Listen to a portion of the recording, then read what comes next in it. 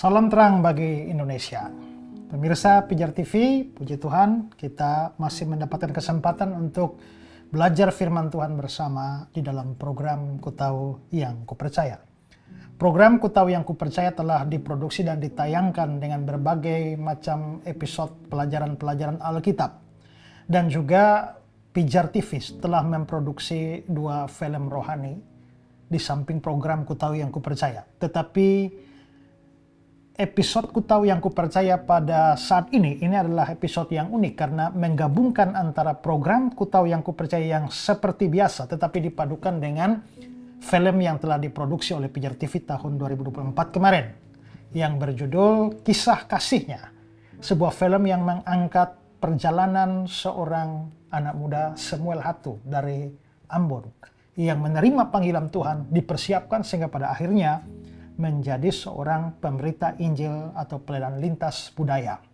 Dan program Ku Tahu Yang Kupercaya kali ini itu dikawinkan dengan film ini, di mana akan membahas cuplikan-cuplikan dari film Kisah Kasihnya ini dan menarik pelajaran-pelajaran penting atau membahas isu-isu penting di dalam film itu yang terkait dengan misiologi atau pemberitaan Injil, pelaksanaan amanat agung Tuhan Yesus Kristus. Nah, bagi saudara-saudara yang belum menonton film Kisah Kasihnya, saudara bisa melihatnya di YouTube Pijar TV atau juga dengan scan barcode di layar Anda, dan Anda bisa menonton film ini secara gratis. Dan karena itu juga kami mau berterima kasih untuk semua pihak, saudara-saudara yang telah turut ambil bagian di dalam produksi film Kisah Kasihnya pada tahun 2024 dan juga sekarang yang dipadukan dengan program Ku Tahu Yang Kupercaya. Dan kami tetap berikan kesempatan bagi saudara-saudara yang mau ambil bagian di dalam produksi program ini. Saudara bisa berdonasi di layar Anda. Ada nomor rekening, silakan berdonasi di sana. Dan biarlah setiap persembahan yang Anda berikan dapat berguna bagi perluasan pemberitaan firman Tuhan dan Injil melalui program Ku Tahu Yang Kupercaya edisi spesial yang digabungkan dengan cuplikan film Kisah Kasihnya.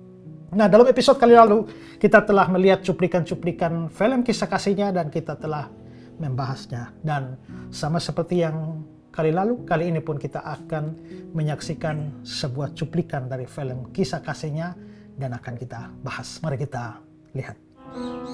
Kalau dilihat-lihat, sepertinya Pak Leong itu ingin beribadah bersama-sama dengan kita. Tapi kenapa saudara-saudaranya menolak kita sekeras itu ya? Tapi apa kamu melihat isi dalam rumah itu?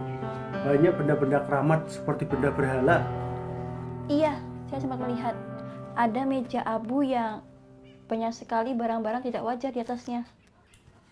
Ya sudah, kalau begitu kita doakan saja Pak Leong dan juga saudara-saudaranya agar mereka bisa membuka hati mereka dan menerima Tuhan Yesus sebagai juru selamat mereka. Iya, aku baru saja mendapat surat dari temanku di Batu. Katanya ada fenomena yang luar biasa loh. Jadi ada banyak yang namanya diganti karena ada hubungannya dengan okultisme. Iya, saya sempat mendengar kabar itu. Banyak dari mereka yang mengubah namanya karena banyak dari mereka yang namanya diambil oleh leluhurnya. Bagaimana dengan kamu? Apa kamu punya nama yang diberikan leluhur kepada kamu juga? Ya, kita sudah melihat dalam cuplikan ini bahwa tokoh kita di dalam film ini yang aslinya bernama Meshak Hatu, ya karena sebuah pergumulan dan juga perkembangan yang terjadi di tempat di mana dia berpendidikan dan akhirnya memilih untuk mengubah namanya menjadi Samuel Hatu dari Meshak yang karena menerima nama itu dari ya nenek moyangnya ya yang mungkin terlibat dengan kuasa-kuasa okultisme sehingga akhirnya memilih membuang nama itu dan menggantinya dengan nama Samuel, seorang yang dipersembahkan secara khusus untuk melayani Tuhan.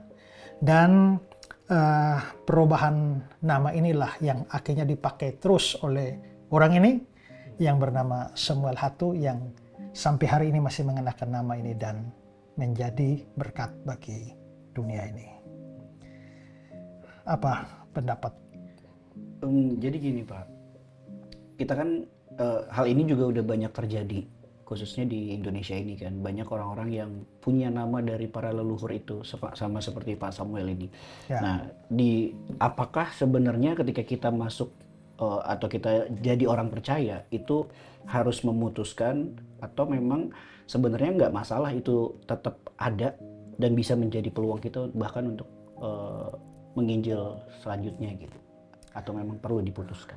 Ya, jadi kita melihat ya konteks dari kehidupan Pak Samuel ini. Dia hidup pada zaman di mana ada sebuah ya kepercayaan tertentu di kalangan orang Kristen, ya, termasuk juga dengan metode tertentu dalam memberitakan Injil. Dalam episode sebelumnya kita juga melihat bahwa to the point, datang kepada orang memberitakan Injil yang mungkin tidak relevan sekarang, ya. Nah, jadi dia juga hidup dalam zaman, dan saya tahu itu juga bahwa pada zaman-zaman itu ya mungkin karena konteks pelayanan berkaitan dengan banyak pelayanan okultisme ya pada masa itu. Bahkan orang-orang Kristen pun terlibat di dalam okultisme dan merasa bahwa nama-nama tertentu yang diberikan oleh orang tua yang menggunakan kuasa okultisme itu rohnya itu mengikuti anak-anaknya, dan karena itu ada gerakan untuk mengubah namanya.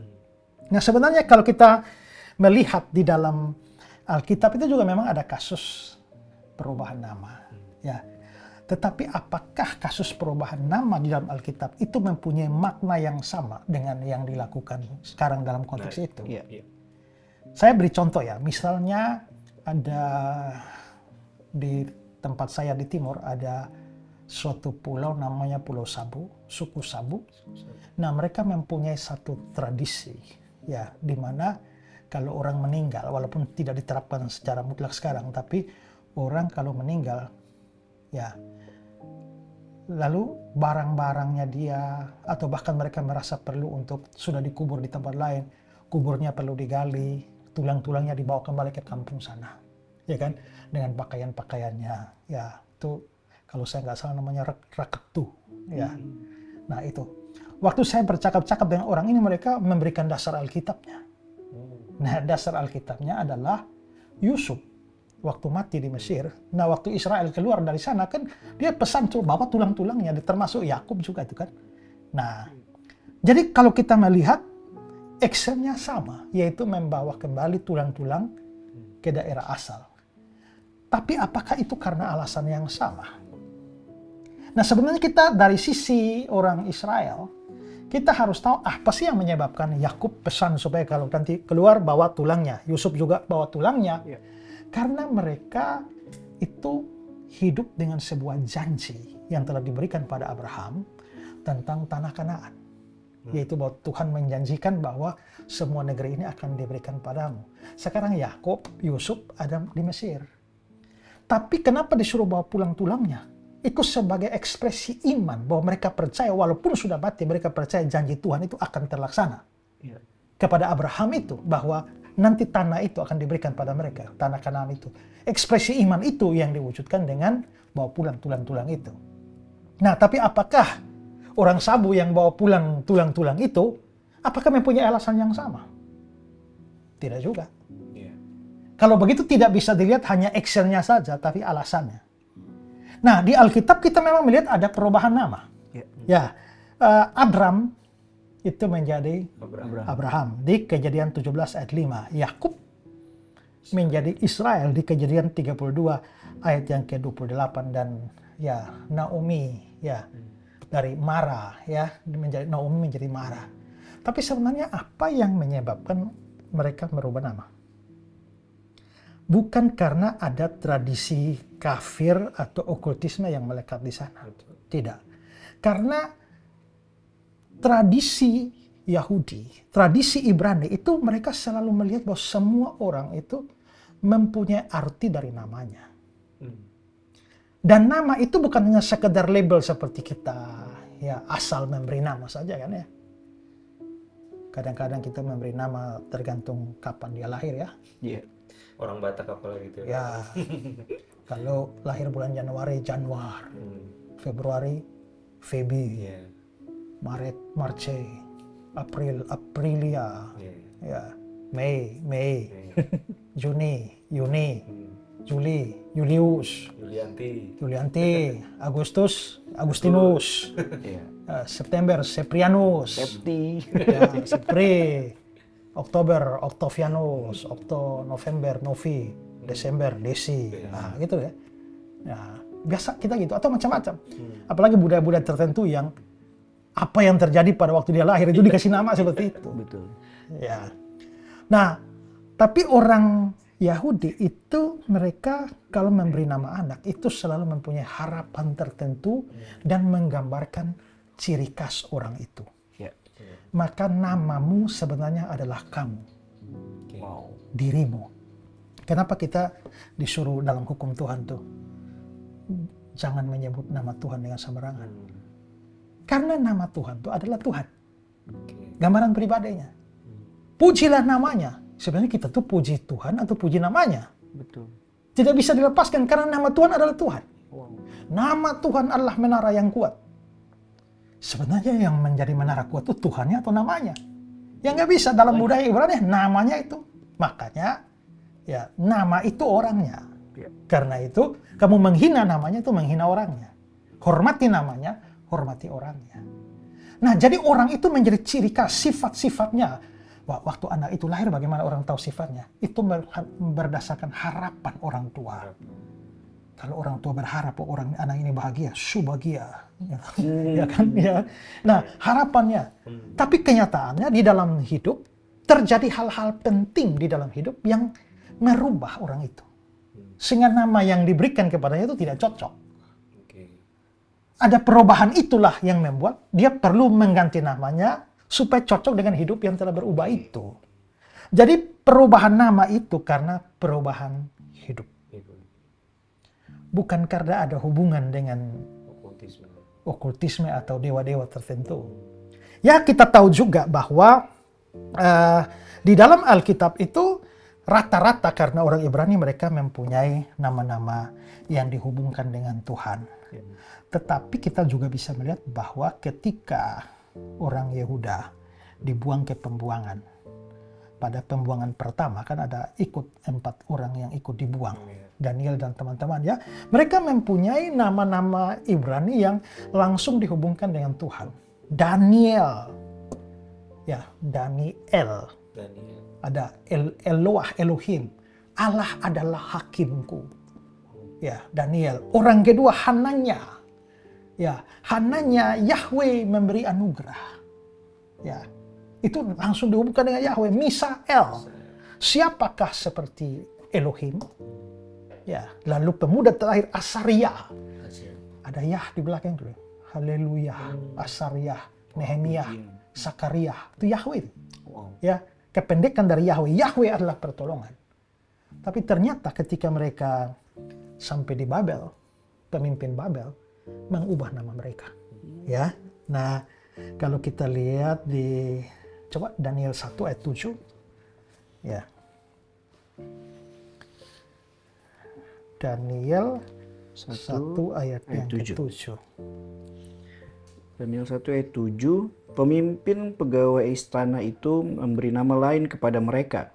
Daniel dinamainya Belsazar, Hananya dinamainya Sadrak, Misael dinamainya Mesak, dan Azaria dinamainya Abednego.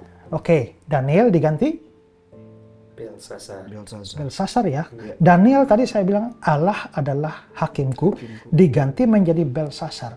Nah, Belsasar coba baca pasal 4 ayat 8. Daniel 4 ayat 8. Daniel 4 ayat 8. Pada akhirnya Daniel datang menghadap aku, yakni Daniel yang dinamai Belsazar menurut nama dewaku. Ya, menurut nama dewaku. Berarti dewa Babel ini. Belsasar. Siapa dewa Babel yang ada kaitan dengan Belsasar? Dewa Bel. Dewa Bel itu disebutkan misalnya dalam Yesaya 46 ayat 1, Yeremia 52 ayat 2. Ya, jadi dengan kata lain saudara ya, Allah Israel adalah hakimku, tapi sekarang nama itu diubah untuk diarahkan ke dewa Bel. Sehingga Belsasar, kalau Daniel Allah adalah hakimku, Belsasar itu semoga Bel melindunginya.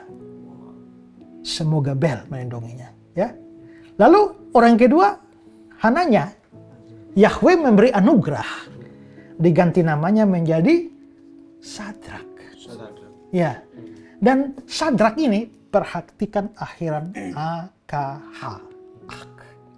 Nah, Ak ini ada dua kemungkinan berhubungan dengan dewa.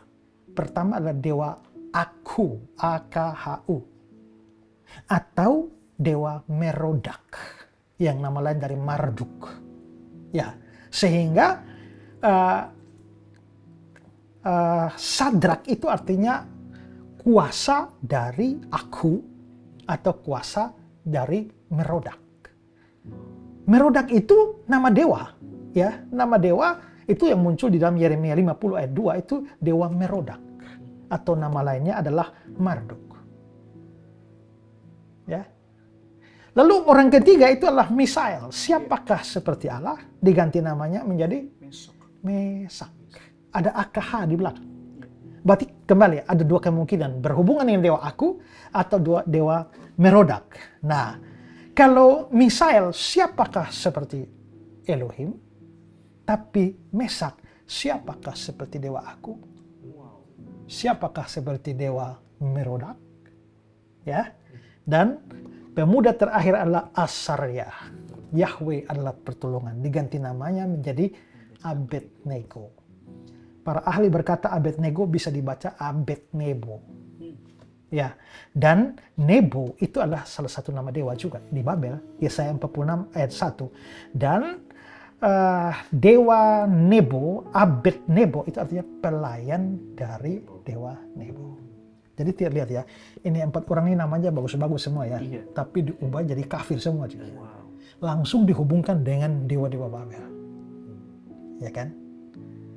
Nah, pertanyaannya adalah, apakah hidup mereka dipengaruhi dengan nama itu?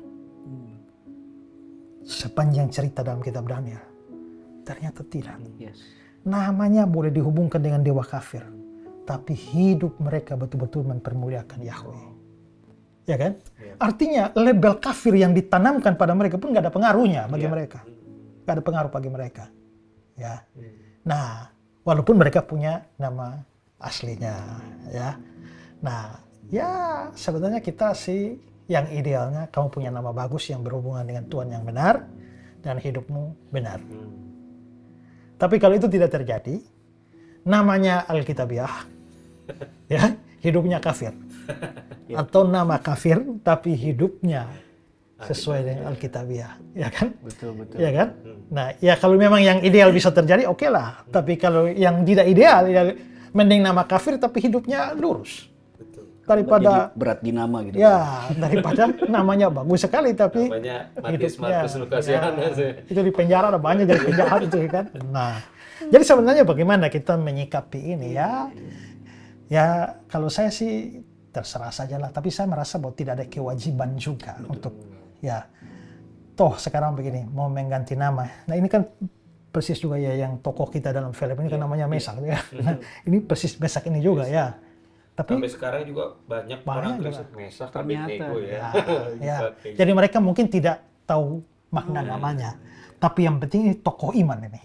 Ya, tokoh beriman. Jadi yang dilihat adalah teladan iman dari orang itu ketimbang makna nama dari orang itu. Ya. Jadi ya pertama adalah apakah Alkitab memerintahkan untuk merubah nama kafir? Tidak juga. Apakah Alkitab melarangnya? Juga tidak juga. Jadi ya kalau Mesak mau ganti jadi Samuel juga itu nggak apa-apa lah. Ya, tapi juga bukan kewajiban. Ya, bukan kewajiban sehingga tidak ada keharusan bahwa kita setiap orang dari agama lain misalnya mau masuk Kristen harus mengganti namanya. Kayak nama baptis. Ya, gitu. Ya kalau mau bikin nama baptis pakai juga nggak apa-apa lah, ya kan. Nah, misalnya ada orang Islam mau masuk Kristen ya, mereka dari Abdullah sekarang ganti menjadi Paulus. Padahal kan Abdullah itu kan bahasa Arab tuh ya. Abdullah dari Abdul, Abdi, Abdi hamba, Allah. Jadi Abdullah itu adalah hamba Allah. Ya kan ya hamba Tuhan gitu kan. Bagus juga. Ya. Bagus juga tuh sebenarnya ya. Nah, jadi sebenarnya ada satu sisi positif bahwa ketika orang tetap mempertahankan namanya mau kafir ke apa kayak untuk menunjukkan dulu saya kafir loh. Tapi sekarang Tuhan merubah saya. Dan walaupun saya tetap pakai nama yang artinya kafir, tapi hidup saya tuh jadi berkat bagi banyak orang. Ya toh? Justru itu jadi satu kesempatan untuk perbincangan kan. Ya, Nah, ya bisa Kristen namanya masih ya. dia bisa cerita. Jadi ya tapi kalau mau merubah ya nggak apa-apa Iya, juga lah. betul. Ya, toh? Ya. Siapa Pokoknya tahu. gini loh. Prinsipnya begini. Kalau ada perintah di Alkitab, lakukan. Kalau ada larangan, jangan lakukan. Tapi kalau nggak ada perintah, nggak ada larangan, mau lakukan boleh, nggak juga nggak apa-apa. Tapi prinsipnya 1 Korintus 10 ayat 31. Kalau kamu makan atau minum atau lakukan segala sesuatu yang lain, lakukanlah untuk kemuliaan Tuhan. Jadi kalau memang dengan kamu mengganti namamu bisa membawa kemuliaan bagi Tuhan, ya silakanlah. Ya, tapi kalau kamu bisa memuliakan nama Tuhan juga tanpa merubah nama, ya kau nggak usah rubah lah. Ya, gitu aja prinsipnya.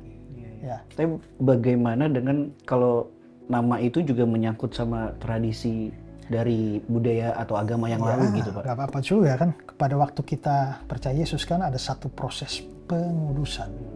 Ya, dan Kristus menguduskan kita, termasuk nama kafir yang kita pakai juga dia kuduskan juga lah. Ya. Nah, bagaimana apakah kuasa-kuasanya nggak ngikut? Kan katanya kutubnya mengikuti, namanya harus di... Memang sih ada kepercayaan begitu, tapi kan kalau anak itu memerdekakan kamu, kamu benar-benar merdeka.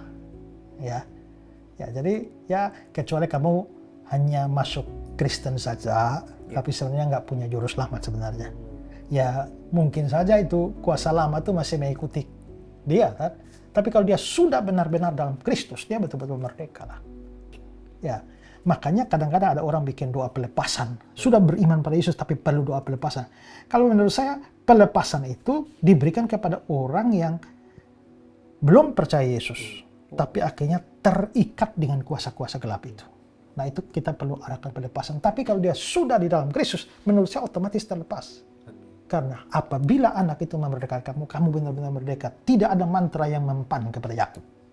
Kata firman Tuhan. Berarti kalau dia berulang-ulang pelepasan, Ya, itu nggak, sebenarnya bukan dianya belum dilepaskan, tapi dianya belum percaya gitu. ya, makanya dia masih terikat. Tapi kalau dia benar-benar percaya, ya dia terlepas loh. Itu. Bukan karena ini ya, dukun-dukunnya lebih sakti. Nah itu kadang-kadang Sebentar arahnya jadi sudah kesana. terlepas lagi, tiba-tiba Ya, dukun datang lagi, terikat lagi. Doa-doa puasa lagi terlepas lagi, besok terikat lagi. Nah, ya. Dulu kan waktu saya rajin ikut persetuan doa dulu, zaman-zaman dulu tuh ya, semua kalau ada orang dalam nama Yesus kami ikat kuasa gelap. Kami ikat dalam nama Yesus, kami ikat. Ya.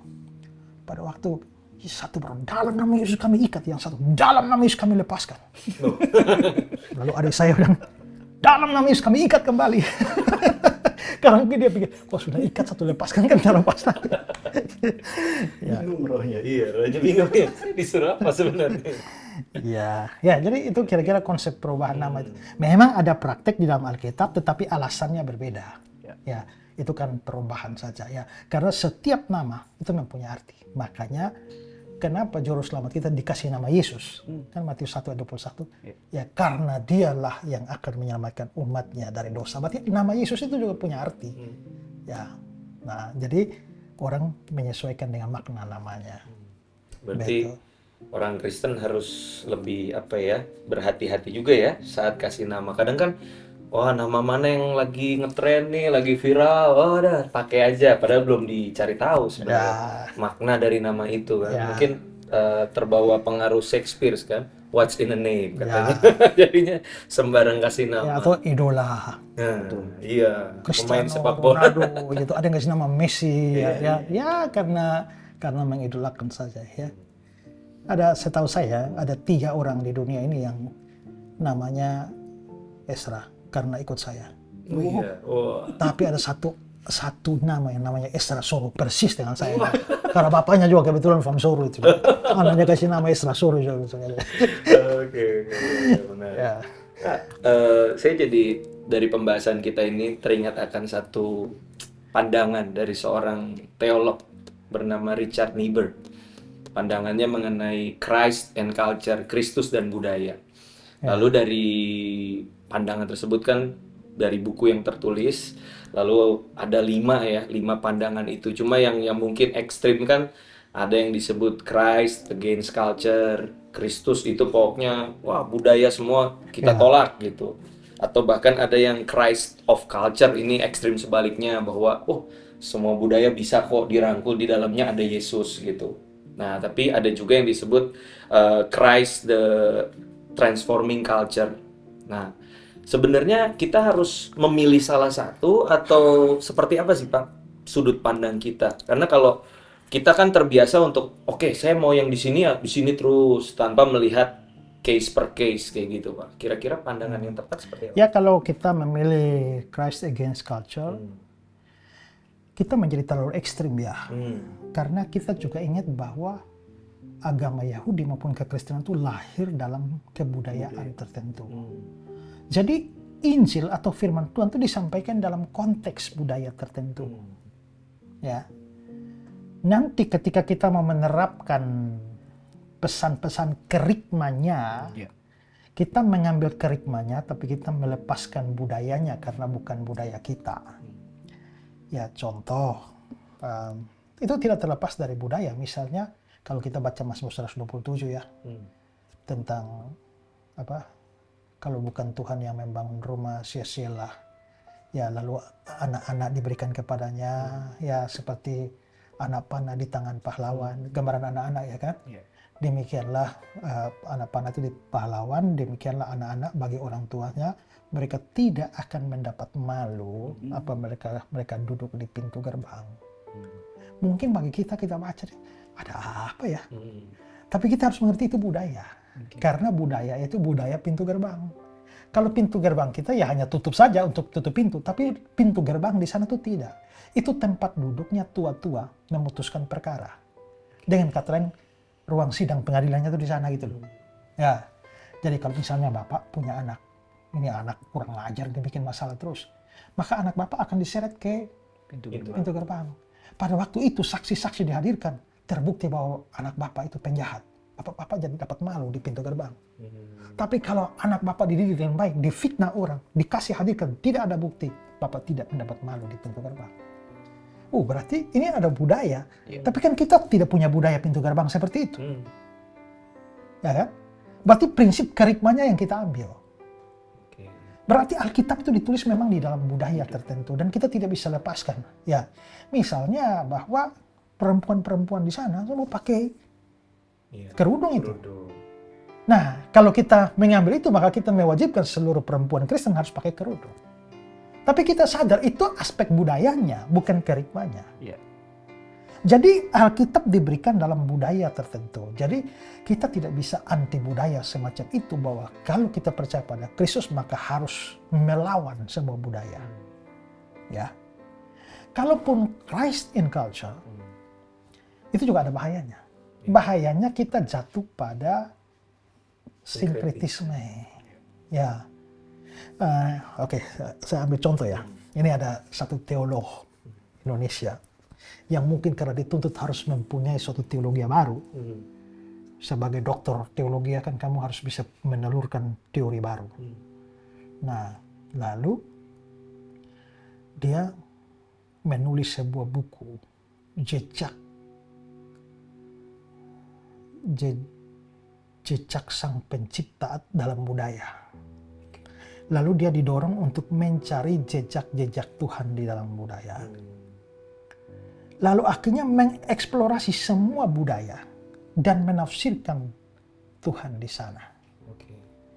Lalu contoh ya, mengapa sampai orang Yahudi menyebut Yesus sebagai anak domba Allah?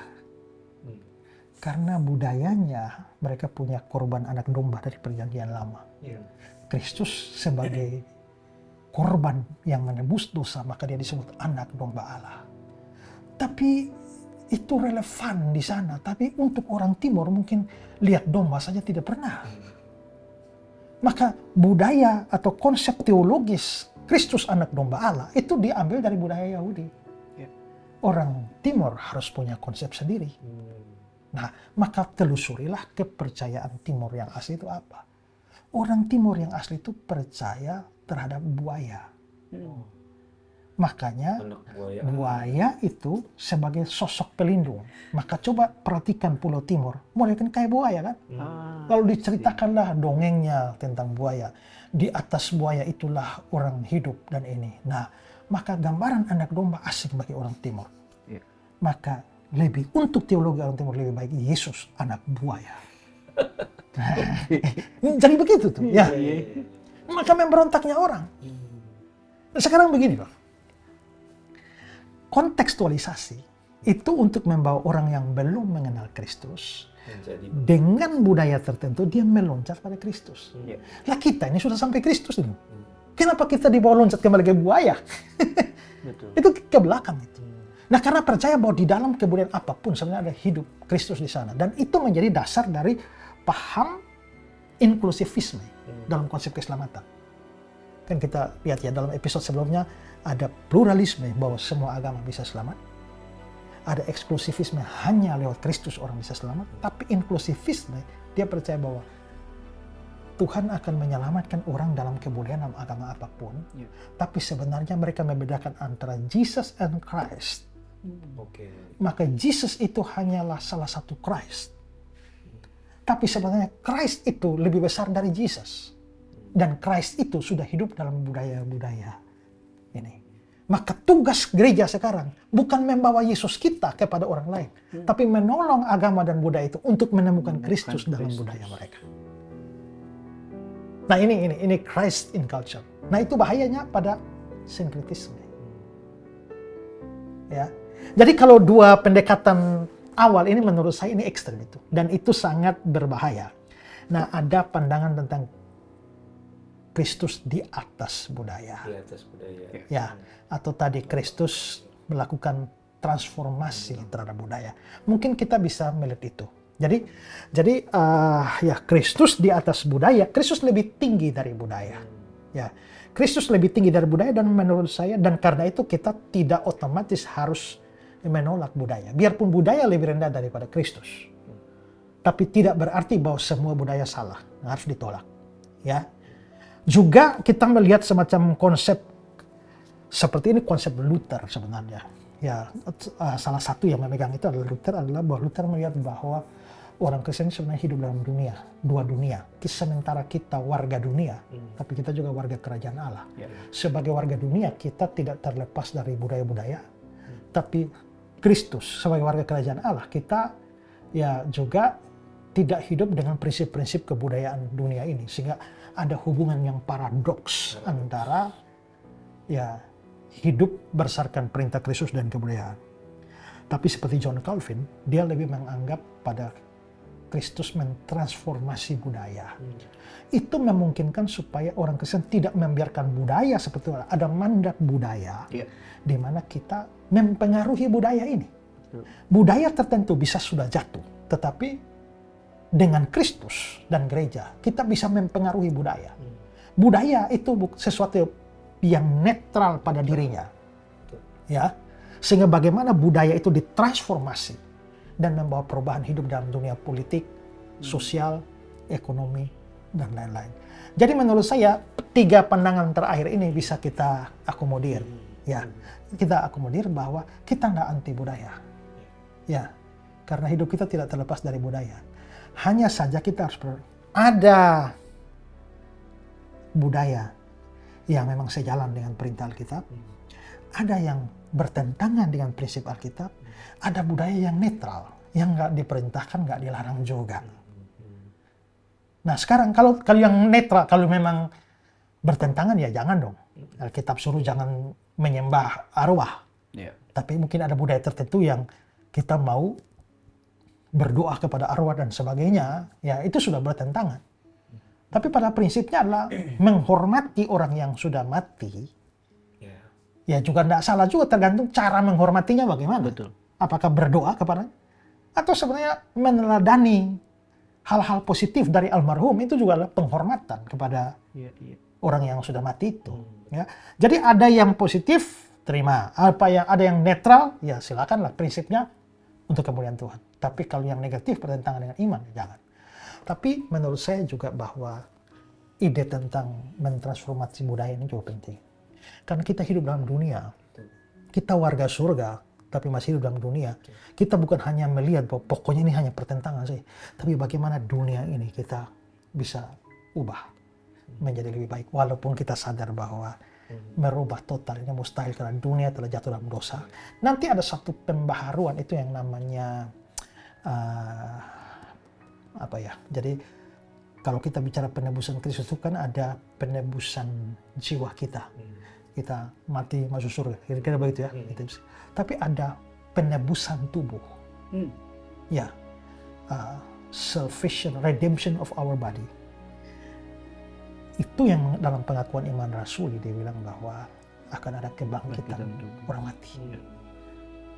Jadi sebenarnya Kristus menebus kita, itu menebus semua. Bukan hanya jiwa kita, tapi tubuh kita. Tapi pada saat sekarang dia hanya menebus jiwa kita, tubuh kita masih mati. Tapi akan ada penebusan untuk tubuh, yaitu waktu kebangkitan orang mati. Sehingga kita nanti masuk surga itu tubuh dan jiwa roh secara sempurna. Tapi ingat bahwa dunia awal itu sangat sempurna, segala sesuatu baik adanya. Tapi dunia menjadi dikutuk, terkutuklah tanah karena dosa. Berarti alam juga. Nah, tapi ada redemption of our body, redemption of our nature, our alam ini akan diubah. Kapan itu? Pada waktu penciptaan langit dan bumi yang baru. Itu pembebasan. Jadi dengan keadaan dunia ini. Tapi sementara itu kan kapan? Kita juga nggak tahu kan? Iya. Eskatologi Ya. Tapi sementara kita di dunia ini ya, marilah kita ya kayak contohnya di tanah buangan Babel dunia sana. Firman Tuhan bilang, doakanlah itu, upayakanlah kesejahteraannya. Betul. Ini satu mandat budaya. Ingat loh, upayakan kesejahteraan kota kemana aku buang. Itu negeri Babel, itu kan negeri musuh itu. Tapi ya karena kesejahteraannya menentukan kesejahteraanmu, ya upayakan itu. Kalau negara musuh, ini waktu saya khotbah orasi kemerdekaan, saya pakai ayat itu. Usahakanlah kesejahteraan kota. Ini kota apa? Kota Babel, ini kota musuh yang telah menghancurkan kita. Itu saja harus diusahakan. Apalagi kota kita sendiri. Ya kan? Air kita ya. Tanah air kita sendiri. Nah, harus diupayakan. Karena itulah Nehemia, sementara dia sudah hidup enak di Persia sana. Tapi begitu dia dengar bahwa tanah airnya itu, dia menangis. Minta izin raja pulang membangun. Sebenarnya satu mandat kebudayaan. Jadi sebenarnya budaya-budaya bertentangan dengan Alkitab, buanglah. Kalau netral kita bisa akomodir, tapi yang paling penting adalah orang Kristen dipanggil untuk mengubah kebudayaan ini untuk kemuliaan Tuhan. Christ transforming culture. Itu pun juga yang menjadi kerinduan Tuhan Yesus ya Pak ya, ketika dia mengajarkan doa Bapa kami, ya, datanglah kerajaanmu, jadilah kehendakmu di bumi seperti di surga. Kadang kita ya itu terjebaknya, kadang orang Kristen kan pasif, udahlah nanti aja tunggu Tuhan datang ya kan, kita nggak ngapa-ngapain. Padahal itu kesempatan bagi kita berkarya juga kan. Ada orang yang tundukkan kepala di bumi, lupa angkat ke surga. Ada yang lihat ke surga, lupa bawa kakinya, mesti berpijak di bumi. Nah, kita mengarahkan mata kita ke surga, tapi sadar bahwa kaki bisa berpijak di bumi, maka harus atur bumi dengan baik. Ya, nah itulah mandat budaya, culture commission. Jadi perwakilannya. Ya. Gitu. Rada terjawab Pak ya, karena waktu itu aku sempat alamin ngelihat adanya semacam percampuran tradisi dari agama yang lama. Kayak tadi Pak Ezra udah bilang soal menghormati arwah gitu kan. Nah itu sebenarnya kalau posisi kita sebagai orang yang udah percaya Pak, terus menghadapi itu apa yang mesti kita lakukan atau apa yang mesti kita sikapi gitu. Sedangkan ada orang-orang yang katanya sudah percaya juga tapi tetap melakukan itu atas dasar tadi menghormati. Sedangkan kita tahu itu arahnya cukup berbeda gitu, berlebihan. Ya kalau misalnya mereka non-Kristen sama sekali, memang jangan buru-buru menyerang atau mempersalahkan. Mending kita beritakan Injil saja dulu sampai dia percaya. Nanti setelah percaya ini kan ada proses menjadikan murid kan. Pergilah, jadikanlah semua bangsa murid. Dalam proses menjadi murid itu adalah belajar. Maka pada belajar itu adalah ketundukan pada otoritas firman Tuhan. Ya toh? Artinya, ya seperti 2 Timotius 3:16, segala tulisan yang diilhamkan Allah bermanfaat untuk mengajar, menyatakan kesalahan. Artinya salah atau benar itu dari firman, bukan dari budaya. Maka sekarang ini kalau Pak misalnya bukan orang agama Kristen, ya kan? Ya saya nggak bisa langsung sesat gitu. Ya itu malah jadi antipati. Tapi kalau saya beritakan Injil, saya Bapak sudah percaya tapi masih memegang tradisi kayak begitu. Nah disitulah ini proses menjadikan murid ini pelan-pelan. Ya oke. Kalau memang Alkitab adalah firman Allah dan Alkitab melarang kita untuk berhubungan dengan arwah-arwah dan segala macam, berdoa lagi kepada arwah, kira-kira praktek kita berdoa kepada arwah itu benar kan? Jadi jangan buru-buru menyerang itu. Ya, itu butuh proses pemuridan untuk sampai ke sana. Itu jauh lebih baik daripada langsung serang. Iya. Sekalipun dia sudah Kristen, kita pelan-pelan muridkan karena mungkin budayanya sudah sekuat itu mengakar ya Pak ya. Ya, jadi ya tinggal kita memilah saja mana ya seperti ya Alkitab bilang. Sekarang kan ada orang tanya, Pak, ini ada orang sudah punya istri 3 nih, tapi dia non Kristen dan dia agamanya beristri 3 nggak masalah. Sekarang dia sudah jadi Kristen, bagaimana? Ceraikan, sedangkan Kristen melarang jangan cerai. Ya kan? Gimana nih? Ya, kalau kamu buru-buru suruh dia cerai, nah itu mungkin dia langsung menolak kekristenan. Biarkan aja, injili saja dia dulu, kasih berita Injil. Habis itu baru proses. Ya, nanti kan dia mesti ceraikan yang lain kan, karena yang lain itu kan perzinahan. Istri pertama yang ditetapkan Tuhan, artinya kalau ada istri kedua, istri ketiga itu adalah perzinahan. Nggak boleh pilih tuh ya Pak, mana yang bisa. paling saya Dan ya tapi kan nggak boleh ceraikan ya kan. Apa yang dipersatukan Tuhan tidak boleh diceraikan maksudnya. Nah yang kedua dan ketiga itu tidak bisa kau anggap dipersatukan Tuhan. Justru apa yang dipisahkan Tuhan jangan engkau satukan. Ya tadi itu memang. Jadi kita harus berhati-hati bahwa jangan sampai hubungan dengan kebudayaan membuat kita mengorbankan kebenaran firman. Kalau ada kebenaran firman yang dikorbankan, itu bukan lagi kontekstualisasi, itu kompromi, itu sinkretisme. Ya, prinsipnya antara sinkretisme dengan kontekstualisasi adalah kontekstualisasi lebih kepada cara memasukkan Injil tanpa mengubah inti Injil. Tapi kalau sampai inti Injil berubah, nah, kamu sudah bukan kontekstualisasi itu, sudah sinkretisme. Ya, mungkin ada satu lagi Pak, ini sedikit melebar ya dari pembahasan kita. Cuma memang kadang ketika seseorang yang tadinya berasal dari kepercayaan yang berbeda, lalu mereka memutuskan untuk percaya kepada Tuhan Yesus, lalu nanti akan ada penolakan secara mungkin keluarganya akan menolak dia karena dia melepaskan agama dan budaya yang selama ini dia pegang. Nah, pertanyaanku sejauh mana sebenarnya anak-anak Tuhan itu harus bisa untuk menyediakan satu wadah, satu tempat yang aman buat dia. Karena kecenderungannya kita suka Pak memenangkan jiwa gitu. Tapi ketika jiwa yang sudah dimenangkan ini tertolak dan akhirnya terbuang dari keluarga, kita pura-pura nggak kenal gitu, kayak itu udah tugas saya udah selesai ya, itu nanti kamu urus sendiri. Nah yang kayak gitu gimana Pak? Ya itu yang rumit itu ya. Jadi mungkin memang gereja perlu memikirkan hal-hal itu ya.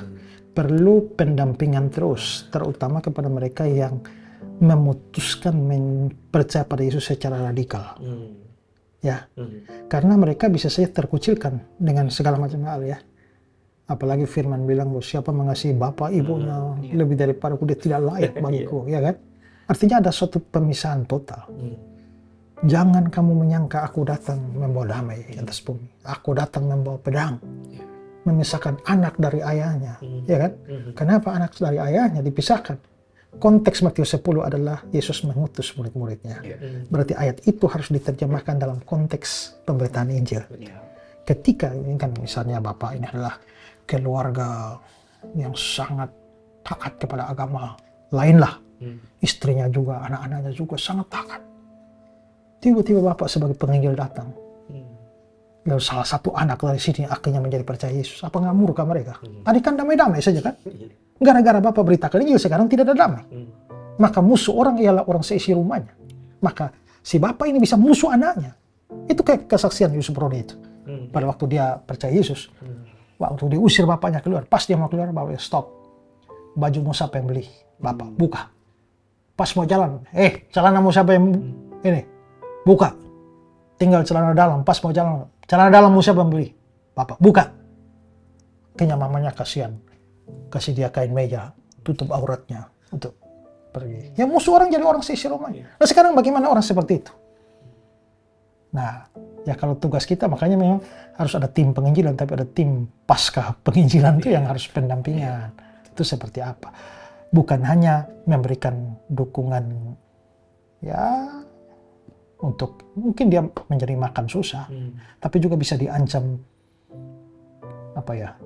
dipenjarakan ke apakah bisa juga itu.